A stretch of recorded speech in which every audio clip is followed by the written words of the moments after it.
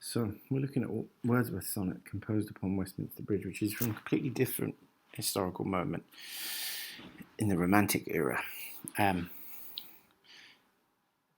which is often concerned with describing nature in a very idealized way. So nature in Romantic period literature often is described in the way that ladies are described in Petrarch's sonnets, for example. So we've got a different subject matter here, and we've got actually a sonnet about the view of London from this bridge. This is Westminster Bridge, looking over the Thames at a moment of sunrise and describing the city scene as if it is itself a scene of natural beauty in the countryside or superior to that.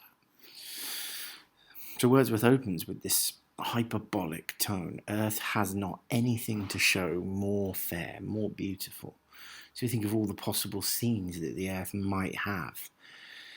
Here, the speaker uses hyperbole, this exaggerated language, to express the unrealistic level of joy that in the vision that he sees, this sort of excess of happiness at looking at this urban scene, this city scene.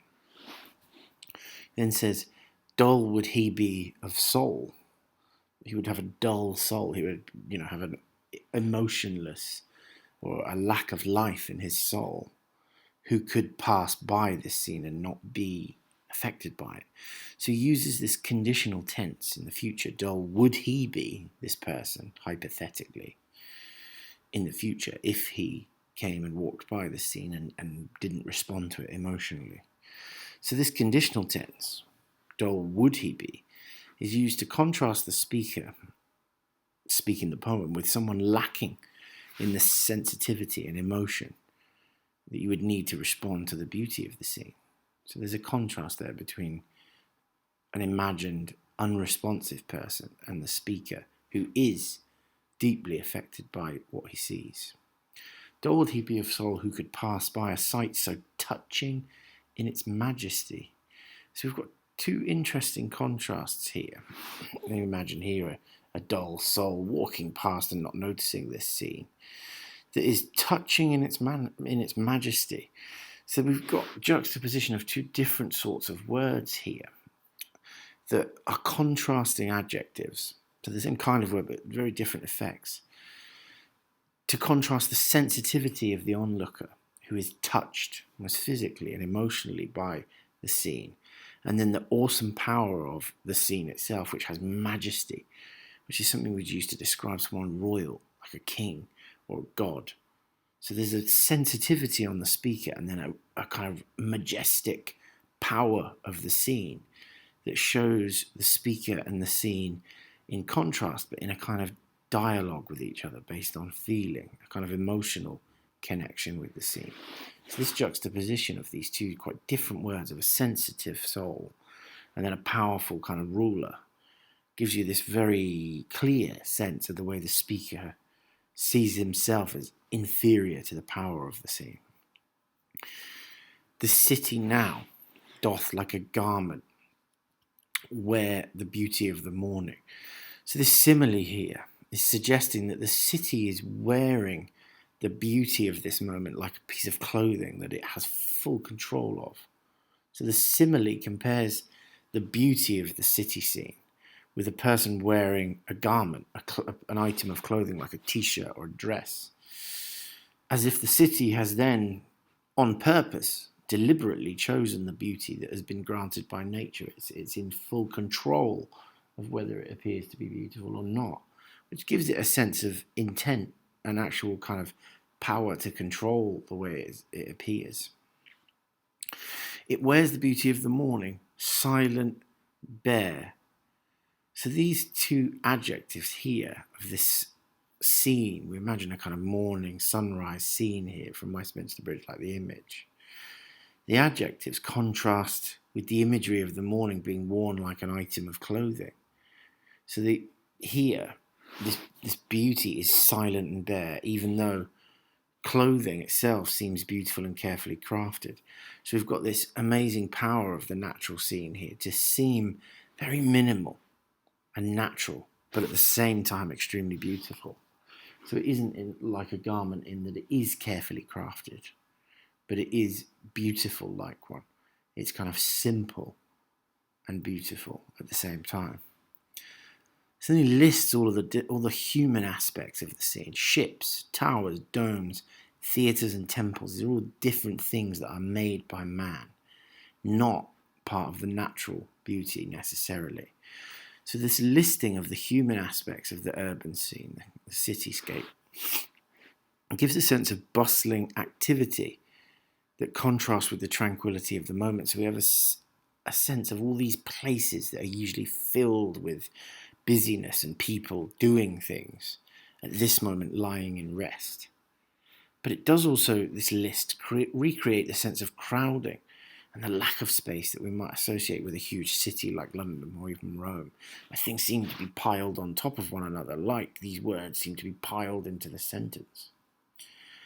The diction that we associate perhaps with the verb lie suggests an association of calm and tranquility, which contrasts with the activity in the rest of the line, as if it is just lying asleep still, rather than engaging in the activity that might take place in these human constructions like towers and domes. So there's this tension between what it usually is like, filled with activity and energy, and this moment of silent beauty that the speaker is sort of absorbing and reflecting on.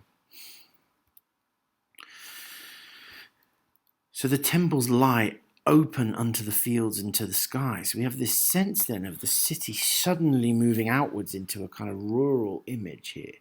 The temples are open unto the fields and the sky, as if it's connected with the natural world, even though we're in the middle of one of the busiest, biggest urban areas in Europe and the world.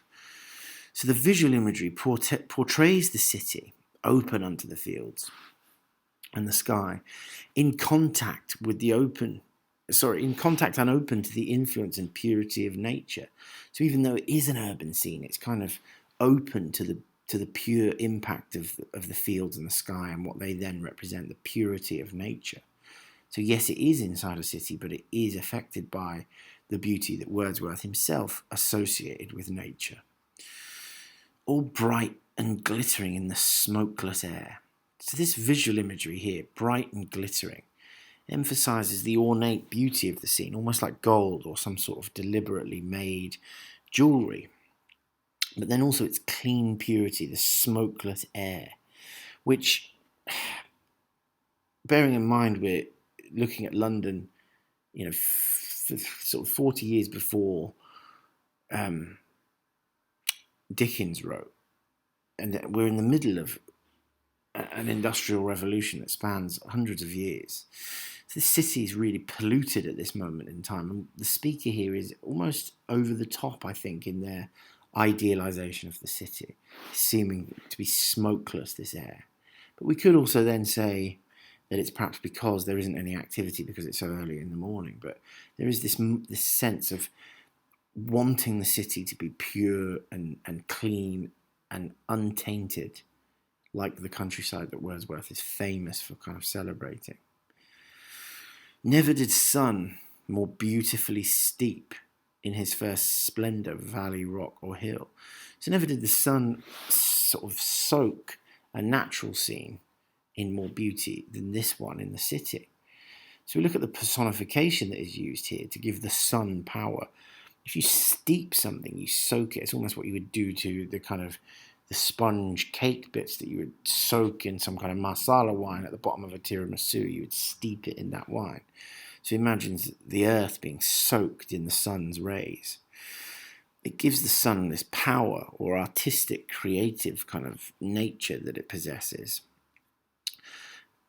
as if it's deliberately creating this kind of beauty that we're beholding.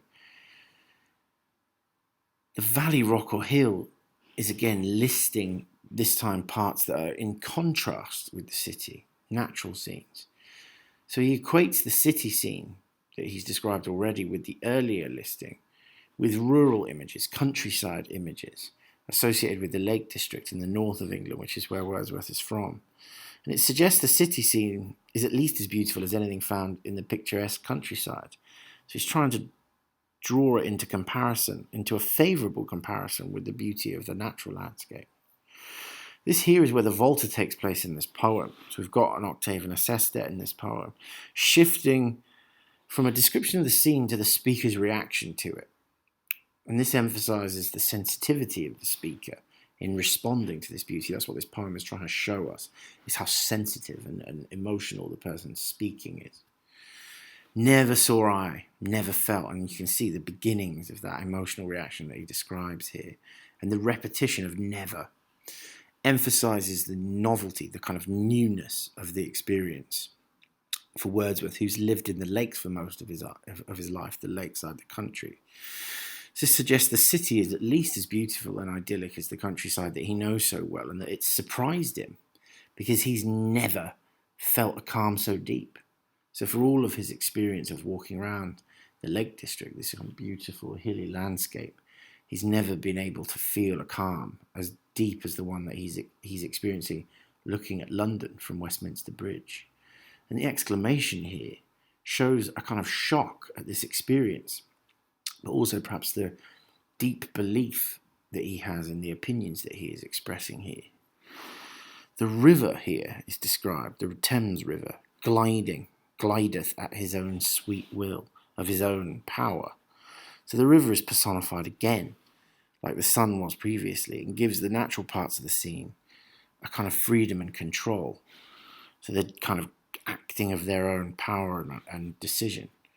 As if they're unimpeded by the city, they aren't affected by what's going on around them in the city, and also by the changes of the Industrial Revolution. They're not being impacted by what's surrounding them, this kind of urban industrial landscape. It glides in the way that it wants to and when it wants, of its own sweet will. Dear God, the very houses seem asleep. So the houses are now personified, which, as well as the river from the previous line, now creates a sense of calm and tranquility and freedom, as if the houses are free to be at peace, undisturbed by the city. So the houses almost seem like they're sleeping because everything seems so peaceful and still. And all that mighty heart is lying still. So this metaphor compares the city to a heart in the body. So London becomes the heart of the body of Britain here and of England. But it gives it a sort of oxymoronic sense of power. It's mighty and at the same time extremely tranquil. So it's lying still. So this kind of beauty of this poem is the way that it is a kind of sleeping beast. It's something, the city, that is massive and powerful and represents all of this kind of energy. And the beauty that Wordsworth locates is in the fact that it is so static and calm and peaceful. It's a sort of positive surprise. You can see the rhyme schemes here. We've got a Petrarchan structure to this. Fair, where, bear and air, rhyming with each other. By, majesty, lie and sky, all rhyming with each other. And then steep, deep and asleep, hill, will and still. So we've got an octave and sestet in this poem, which shows us this structure where the octave is used to describe the images of the scene, and then the sestet describes the speaker's response to it. So that volta represents the sort of shift from outside to the inside of the speaker's emotional response.